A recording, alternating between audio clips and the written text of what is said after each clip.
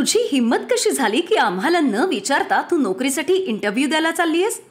कुठेही जायची गरज नाहीये, समजलं? घरी राहा आणि घरचीच कामं कर, समजलं? चल चल आता आत जा आणि माझ्यासाठी फळं कापून आण. जा लवकर. आली मोठी जॉब करणारी. जरा मॅडमची मिजाज तर बघा. उफ, ही कशी बहीण आहे माझी. मी तर बहिणीबद्दल काय काय ऐकलं होतं, पण ही तर बघावं तेव्हा माझ्यावर ऑर्डरच झाडत असते. हिने तर मला हिची कामवालीच बनवून ठेवले. स्वतःचीच मर्जी चालवत असते फक्त. काही वेळानंतर ती आपल्या बहिणीसाठी फळं कापून आणते. सुमन नेहमी तिच्यावर असाच हुकूम गाजवायची. दीदी, जरा पायलला बोलाव ना, आम्हाला मूवीला जायला उशीर होतोय. काही गरज नाहीये, म्हणजे मला म्हणायचंय अचानक तिची तब्येत बिघडलीये, त्यामुळे ती तुमच्या बरोबर नाही येऊ शकणार. तुम्ही जा, ती नाही येणार आहे आता. काही वेळानंतर पायल तयार होऊन खाली येते आणि मग इतका वेळ झालाय, अजून नेहा कशी नाही आली? आली होती, पण मी तिला जायला सांगितलं. का? पण का दीदी? भारी मूवीला जायची तयारी चालली होती. हा, तू आईला याबद्दल विचारलं होतंस? तू एवढी मोठी झालीयस का की कोणाची परमिशन घ्यावीशी वाटत नाही? थांब जरा, आईलाच सांगते. आई, काय झालं सुमन? आई बघ नाही, पायल मैत्रिणींबरोबर मूवी बघायला चालली होती, पण मी तिला नाही म्हटले तर चिडली माझ्यावर. तुला माहितीये आई, तिथे कशी मवाली मुलं येतात ते. काही गरज नाहीये कुठे जाण्याची. जा, तुझ्या खोलीत जा. असंच काही दिवसांनी सुमनचं लग्न होतं, पण तरीही ती पायलवर हुकूम गाजवायची. ती तिथे राहूनही पायलला काहीच करू देत नव्हती आणि तिच्या प्रत्येक गोष्टींवर ती बारीक नजर ठेवायची. काही महिन्यांनी तिचा भाऊ नकुलचंही लग्न होतं आणि तिची एकुलती एक वहिनी लग्न करून त्यांच्या घरी येते. ये वहिनी, तुझं आमच्या घरात खूप खूप स्वागत आहे.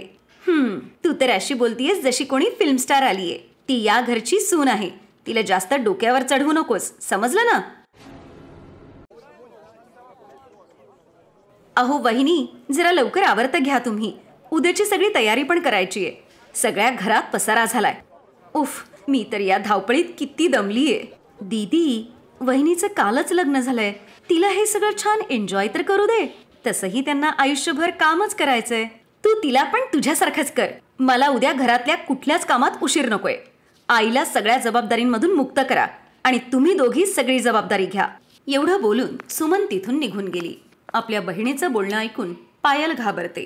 तिची वहिनी शीतल तिला म्हणते, घाबरू नको पायल, मी आहे ना, मी सगळं सांभाळेन. आणि हो, वहिनीला इंग्लिशमध्ये सिस्टर इन लॉ म्हणतात. याचा अर्थ मी पण तुझी सिस्टर म्हणजे बहिणीसारखीच आहे. आजपासून तू माझ्याशी सगळं काही शेअर करू शकतेस. आपल्या वहिनीचा प्रेमळ स्वभाव बघून पायलला खूप छान वाटतं.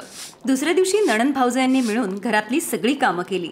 शीतल घरातल्या सगळ्यांचा स्वयंपाक करत होती. दोघी नणंद भावजयांचं आता छान पटायला लागलं.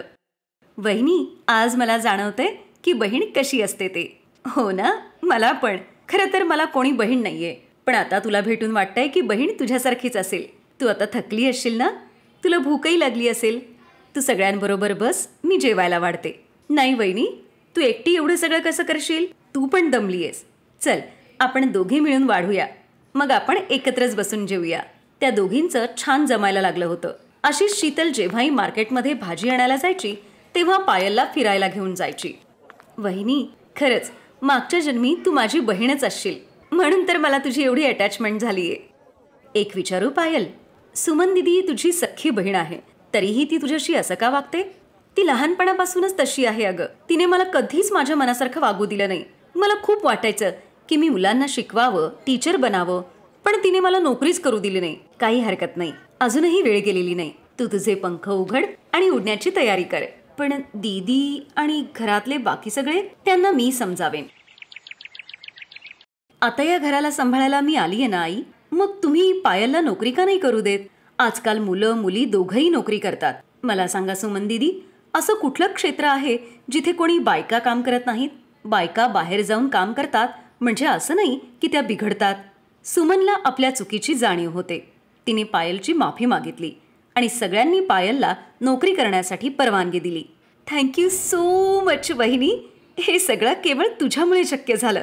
तू तर माझ्यावर सख्ख्या बहिणीपेक्षा पण जास्त प्रेम केलंयस. यात थँक्यू कशाला पायल. जा, आता तुझे पंख पसरव आणि अगदी उंच भरारी घे. सगळं आकाश तुझंच आहे. पायल आज खूप खुश होती, कारण तिला प्रेमळ अशी वहिनी जी मिळाली होती आणि आता सगळं काही छान झालं होतं. सीमा आणि राधा दोघी सख्या बहिणी होत्या, पण दोघींच्या स्वभावात जमीन आसमानाचं अंतर होतं. राधा स्वभावाने खूप नम्र आणि उदार होती, तर सीमा मात्र स्वार्थी आणि लालची स्वभावाची होती. कॉलेज संपल्यानंतर त्या दोघींच्या लग्नाचा निर्णय त्यांच्या आईवडिलांनी घेतला. कारण सीमा मोठी होती म्हणून सगळ्यात आधी तिचं लग्न होणार होतं. एक दिवस सीमा आणि राधा आपल्या आईवडिलांबरोबर बसल्या होत्या. सीमा बेटा, मी तुझ्यासाठी एक मुलगा पाहिलाय. हे बघ, हा त्याचा फोटो आहे.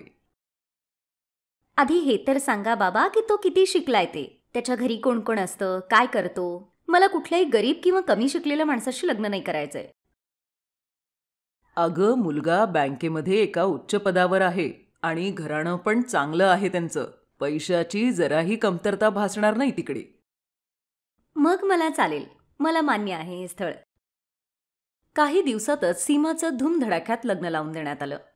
सीमा मोठी मुलगी असल्यामुळे वडिलांनी लग्न अगदी धूमधडाक्यात लावून दिलं होतं. या लग्नामध्ये त्यांनी आवाक्यापेक्षा जास्त खर्च केला होता आणि याचमुळे त्यांच्यावर कर्जाचा डोंगरही साठला होता. काही दिवसांनंतर राधा सुद्धा लग्नाची झाली होती. एक दिवस,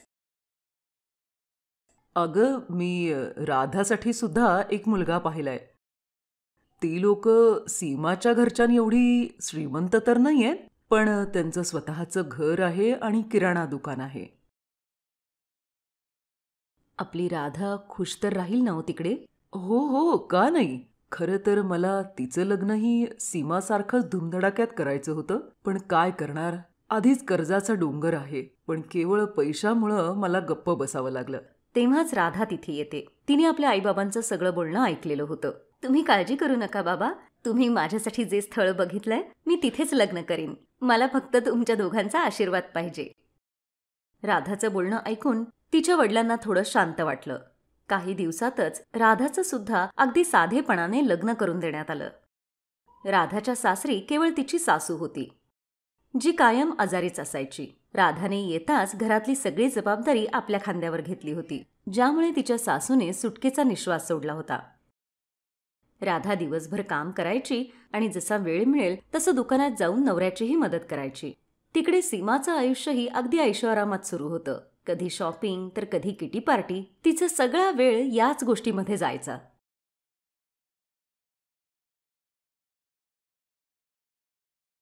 एक दिवस राधा आणि तिचा नवरा दुकानातच होते. तेव्हाच तिथे एक नवी कोरी गाडी येऊन उभी राहिली. त्या गाडीतून सीमा आणि तिचा नवरा उतरले. सीमाच्या हातात मिठाईचा बॉक्स होता. ते दोघेही दुकानात गेले आणि सीमा राधाला मिठाईचा बॉक्स देता देता म्हणाली, तुझ्या जिजाजींनी आज या कारची डिलिव्हरी घेतलीये. पूर्ण 20 लाखाची कार आहे. मला वाटलं ही खुशखबरी सगळ्यात आधी तुला देऊया. खरं तर सीमा राधाला जळवण्यासाठी ती कार घेऊन तिथे आली होती. पण बिचारी भोळी राधा तिचा हा प्लॅन समजू शकली नाही. पण राधाचा नवरा अनिल मात्र हे सगळं समजत होता. ते दोघंही तिथून गेल्यानंतर अनिल म्हणाला, तुझी बहीण इथं खुशखबरी द्यायला आली नव्हती, तर आपल्याला जळवायला आली होती. कारण तिला माहिती आहे ना की आपली परिस्थिती नाहीये ना कार खरेदी करण्याची, म्हणून आपली नवीन कार दाखवून आपल्याला जळवायचा प्रयत्न करत होती. नाही हो, असं काही नाहीये. ती भले असं का बरं करेल? असंच आहे. तिला माहिती आहे ना की मी कधीच कार घेऊ शकणार नाही म्हणून. मामूली दुकानदार जो आहे, आणि तिचा नवरा तर बँकेत चांगला ऑफिसर आहे ना. कोण म्हटलं की तुम्ही कधी कार नाही घेऊ शकणार? तुम्ही नक्की कार घेऊ शकाल. अहो, सीमाचा नवरा तर बँकेत नोकरी करतो. एका बाजूने बघितलं तर तो बँकेचा नोकर आहे. त्याला बँकेच्या हिशोबाने काम करायला लागतं. पण इथे तर तुम्हीच स्वतः मालक आहात. तुम्हाला जसं हवं तसं तुम्ही काम करू शकता. तुम्ही मनात आणलं ना तर काहीही करू शकता. मी प्रत्येक क्षणी तुमची साथ देईन.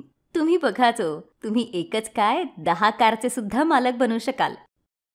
त्याने सगळा विचार बाजूला सारून मनापासून मेहनत करू लागला.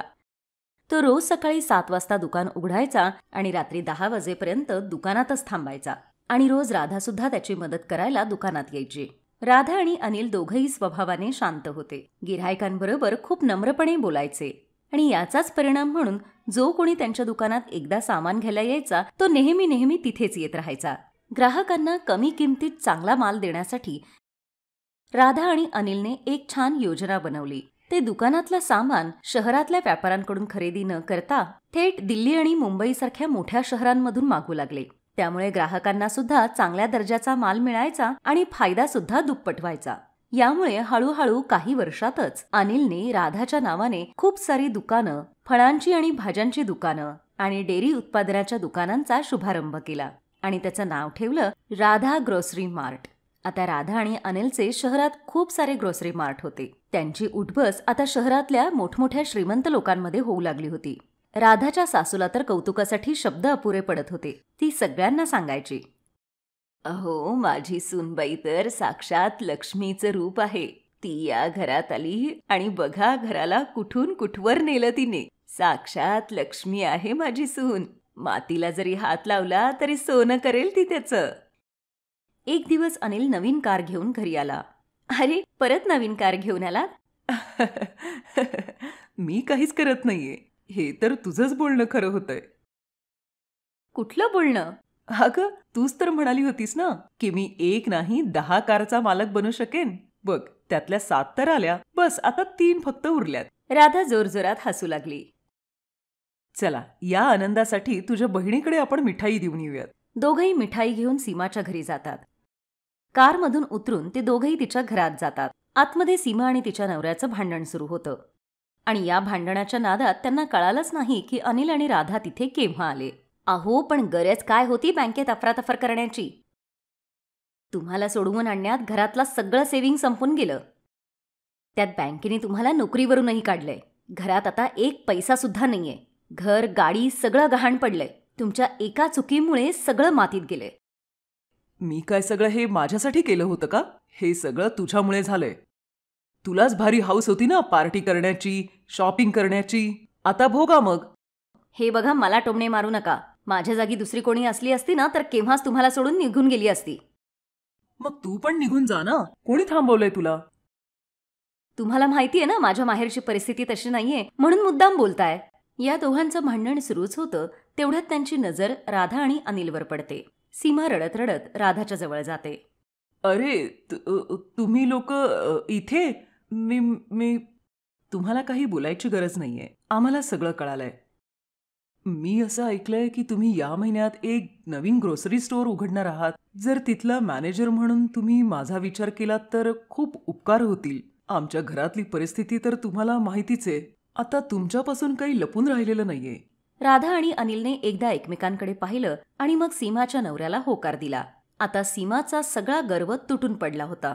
एक वेळ अशी होती की आपल्या श्रीमंतीचा गर्व करून ती राधाला जळवायची. आज ती तिच्याच उपकारांवर जगत होती. तिला आता कळालं होतं की श्रीमंतीचा कधीही गर्व करू नये. Best buddies. हॅलो मित्रांनो, हा व्हिडिओ पाहिल्याबद्दल धन्यवाद. जर तुम्हाला हा व्हिडिओ आवडला असेल तर कृपया लाईक, सबस्क्राईब आणि कमेंट नक्की करा. आणि हो, शेअर करायला पण विसरू नका. अजून असेच मजेदार व्हिडिओ पाहण्यासाठी खाली दिलेल्या घंटीला दाबा. बघत रहा बेस्ट बडीज.